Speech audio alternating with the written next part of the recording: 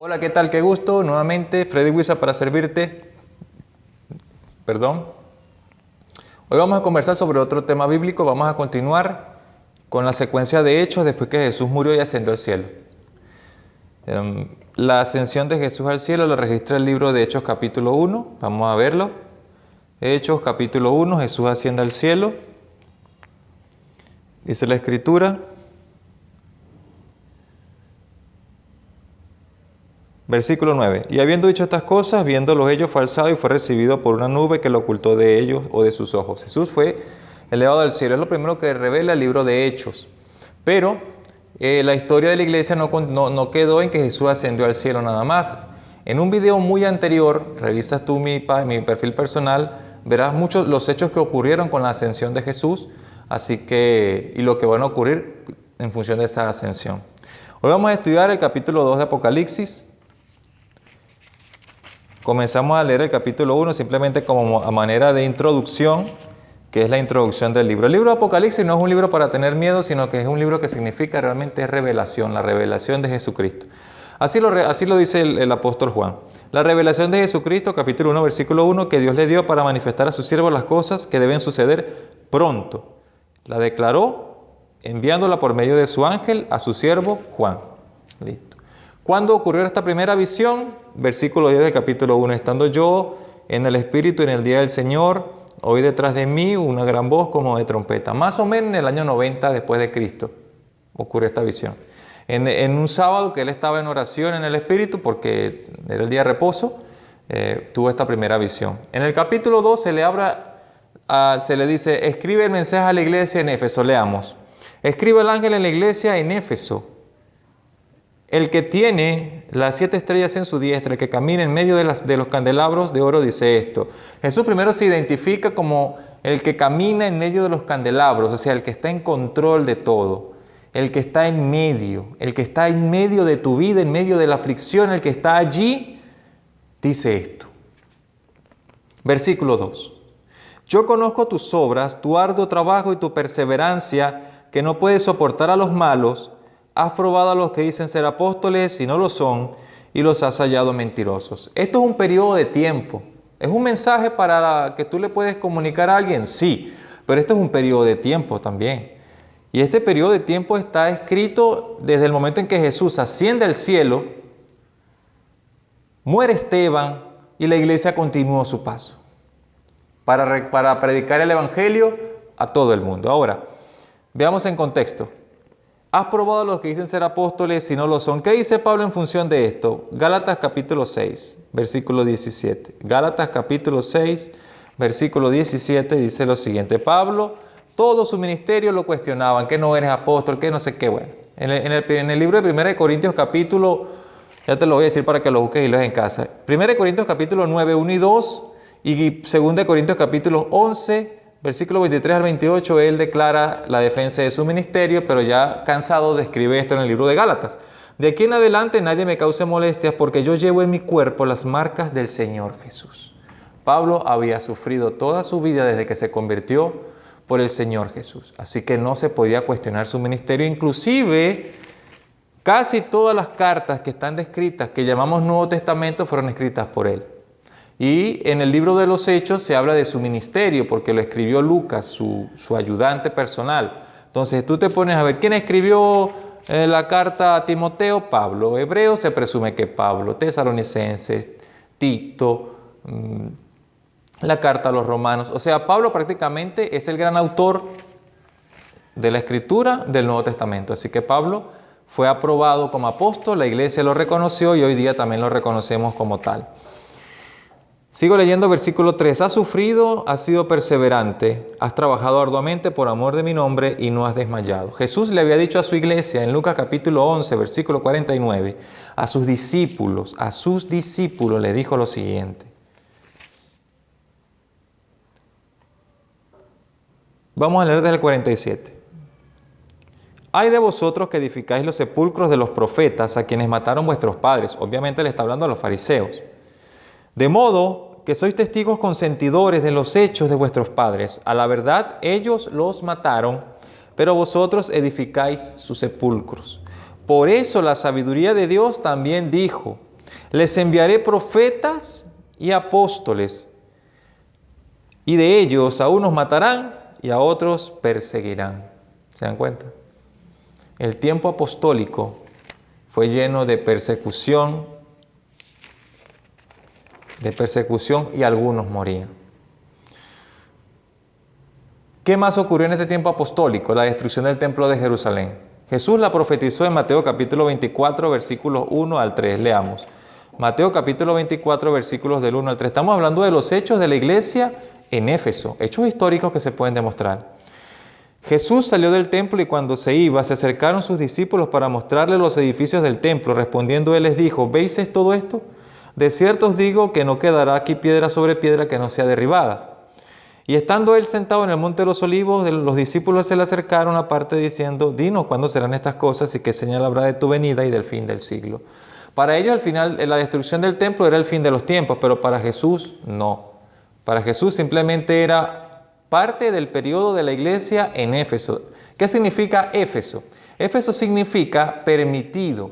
¿Y qué simboliza para nosotros permitido? ¿Permitido qué? Bueno, permitido para nosotros tiene más sentido cuando vemos sus sinónimos por la etimología. ¿Qué sinónimos tiene esta palabra? ¿Ya? Mira lo que significa. Aprobado, autorizado, consentido, legal y legítimo. Es decir, a pesar de que los judíos cuestionaron y cuestionan el mensaje cristiano, Jesús a través del apóstol les dice, escríbele a la iglesia en Éfeso, la iglesia legítima, la iglesia legal, la iglesia autorizada para predicar el evangelio. ¿Qué tal? Sigamos leyendo.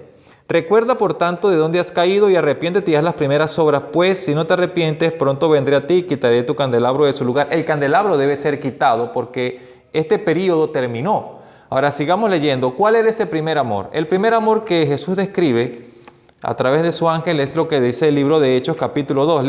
Si puedes leer conmigo, vamos a leer desde el 41. Hechos capítulo 2, 41 dice, así que los que recibieron su palabra fueron bautizados.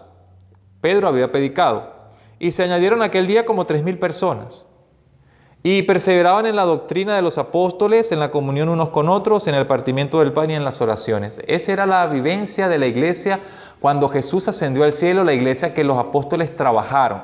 Sigamos leyendo el versículo 45. Vendían sus propiedades y sus bienes y los repartían a todos según la necesidad de cada uno. Es decir, vivían en una comunidad y todos vendían sus pertenencias para para subsanar las necesidades de todos. Todos vivían en igualdad de condiciones, pero en amor. Perseveraban unánimes cada día en el templo, partiendo el pan en las casas y comían juntos con alegría y sencillez de corazón, alabando a Dios y teniendo el favor con todo el pueblo y el Señor añadía cada día a la iglesia los que habían de ser salvos. Bueno, la iglesia ya después que se destruyó el templo, porque la destrucción del templo fue un hecho histórico que marcó todo esto, porque todo esto ocurrió en Jerusalén, pero Jerusalén fue destruida y los discípulos tuvieron que ser esparcidos, es decir, ya no pudieron vivir más en comunidad. ¿Y qué nos queda, qué nos dice la historia? Y te lo voy a decir en pocas palabras de la destrucción de Jerusalén. Bueno, desde fines del año 66 después de Cristo hasta el año 70 hubo un sitio de Roma. Sitio es que bloquearon todos los accesos con militares. Vespasiano estaba al frente de esto, pero Vespasiano fue nombrado en el año 69 como emperador, César. Su hijo Tito tomó esta empresa y sumó 80,000 hombres a esta comisión para ya acabar con una revuelta judía, porque los judíos pensaron que ya ellos podían tomar la justicia por sus propias manos y liberar a Jerusalén, porque eso pensaron. En consecuencia, el templo fue destruido en el año 70 después de Cristo. Según la historia, Tito no quería destruir el templo, el hijo de Vespasiano, consideraba que era una obra majestuosa y quería conservarla, pero no se dio así. Jesús había dicho que el templo iba a ser destruido y fue destruido. Según Josefo, historiador judío, en el mes de septiembre del año 70 cayó la ciudad y en total, en los 3 años y medio que duró el sitio, murieron aproximadamente 1 millón de judíos. Hubo una diáspora.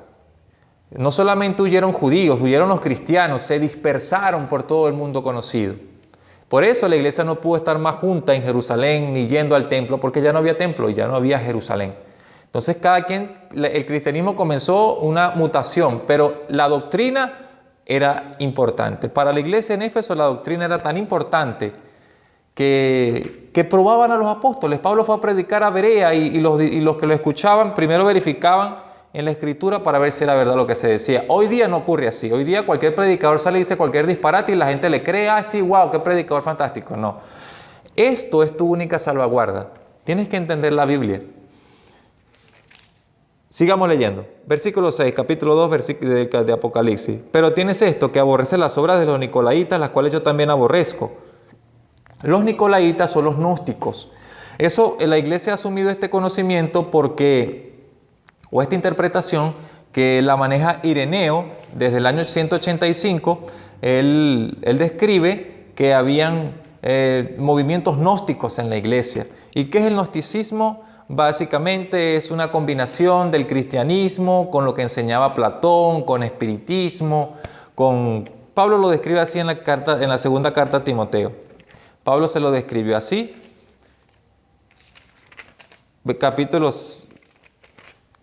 Primera carta, capítulo 6, versículo 20.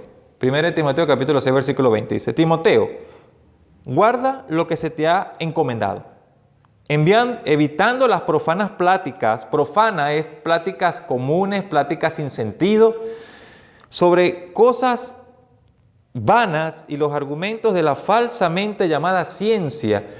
Mucho movimiento griego helenístico, mucho platonismo en esto, la cual profesando algunos se desviaron de la fe. Pero Pablo aborrecía esa práctica, por eso se le reconoce en el libro del Apocalipsis que aborrecen esas prácticas tal cual como yo las aborrezco. Jesús aborrece el gnosticismo para los gnósticos. El que tiene oído oiga lo que el Espíritu dice en las iglesias. Al vencedor le daré a comer del árbol de la vida que está en medio del paraíso de Dios. ¿El tiempo en Éfeso se pasó? Sí. ¿El mensaje es vigente para nosotros? Sí. Porque la profecía es cuestión de aplicación. Históricamente ya tuvo su aplicación. ¿Cuándo terminó esta iglesia? Cuando murió el último apóstol, Juan, entre el año 100. Después de que muere Juan, comienza el segundo periodo de la iglesia, que es el periodo de Esmirna, que vamos a estudiar en el próximo video. Pero ya tienes la secuencia.